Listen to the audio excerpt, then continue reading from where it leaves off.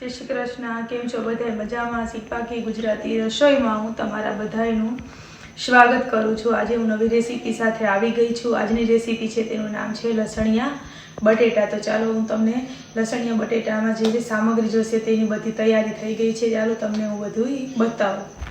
લસણિયા બટેકા માટે જો મેં 250 ગ્રામ બટેકા લઈ ધોઈ છાલ ઉતારીને તૈયાર રાખ્યા છે. પછી અમે 2 થી 3 ટમેટાનો પલ્પ બનાવ્યો છે. આ લસણવાળી ચટણી બનાવી છે. આ મરચું, પછી નિમક, આમચૂર પાવડર અને અંદર ધાણા જીરું 2 મિક્સ કર્યા છે. આ લીલી ચટણી છે. આ ધાણા ભાજી, હળદર અને લીંબુનો રસ અને વઘાર માટે તેલ. તો ચાલો પહેલાં આપણે ગેસ ચાલુ કરીને બટેકા બાફવા હવે આપણે કુકર મૂકી દઈએ. બટેટા બધે આમાં નાખી બટેટામાં નિમક નાખી દે એટલે એકદમ સરસ બટેટામાં નિમકનો સ્વાદ બેસી જાય. ચાલો મેં આમના 1.5 થી 2 સીટી વગાડીને ઉતારી લીધા છે. આપણા બટેકા થઈ ગયા છે જો એવી રીતે. હવે આપણે વઘાર માટે તેલ મૂકી દઈએ. આપણે આમાં તેલ ગરમ મૂકી દઈએ. આપણે લસણિયા બટેટાની ગ્રેવી વઘારશું એટલે આપણે તેલનો જરાક વધારે ઉપયોગ કરશું. તેલ આવી ગયું છે. આમાં હિંગ એડ કરી દઈએ અને હવે આપણે આમાં ટમેટાનો પલ્પ ઉમેરી દઈએ. આપણે આમાં નાના નાના હોલ પાડી દઈએ જેથી આમાં બટેકામાં બધી ગ્રેવી વહી જાય અને એકદમ સરસ સ્વાદ લસણનો બેસી જાય. વાળી ચટણી બધી ઉમેરી દઈએ આમાં. પછી આપણે બધો મસાલો એડ કરી દઈએ. એમાં 1/2 ચમચી જેટલી હળદર, 1 ચમચી જેટલી ચટણી અને ધાણા જીરું અને આમચૂર પાવડર એ 1 ચમચી, સ્વાદ અનુસાર નિમક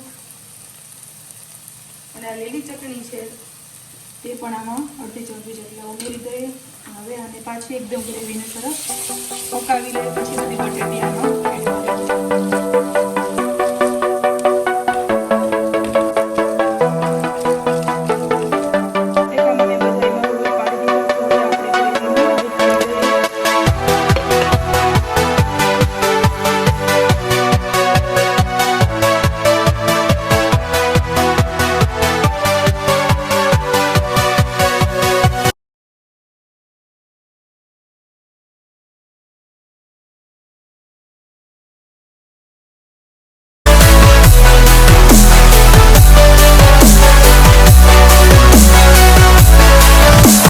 ચમચી જેટલો લીંબુનો રસ ઉમેરી દઈએ.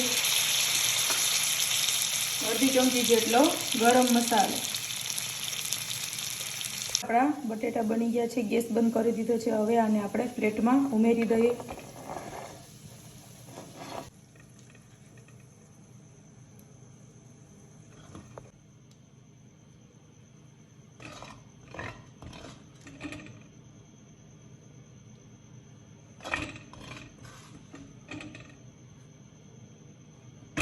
આ લસણિયા બટેટા તૈયાર છે. આને ધાણા ભાજીથી આપણે ગાર્નિશિંગ કરી દઈએ. જે લોકોને આ લસણિયા બટેટા પસંદ આવે તે જરૂર મારી ચેનલને લાઈક કરે, સબસ્ક્રાઈબ કરે અને શેર કરે અને બેલ આઇકન દબાવવાનું ભૂલતા નહીં જેથી મારી નવી રેસીપી તમને જોવા મળશે. બીજી રેસીપી સાથે મળશું. ત્યાં સુધી બધાય આવજો. આપણા લસણિયા બટેકા તૈયાર છે.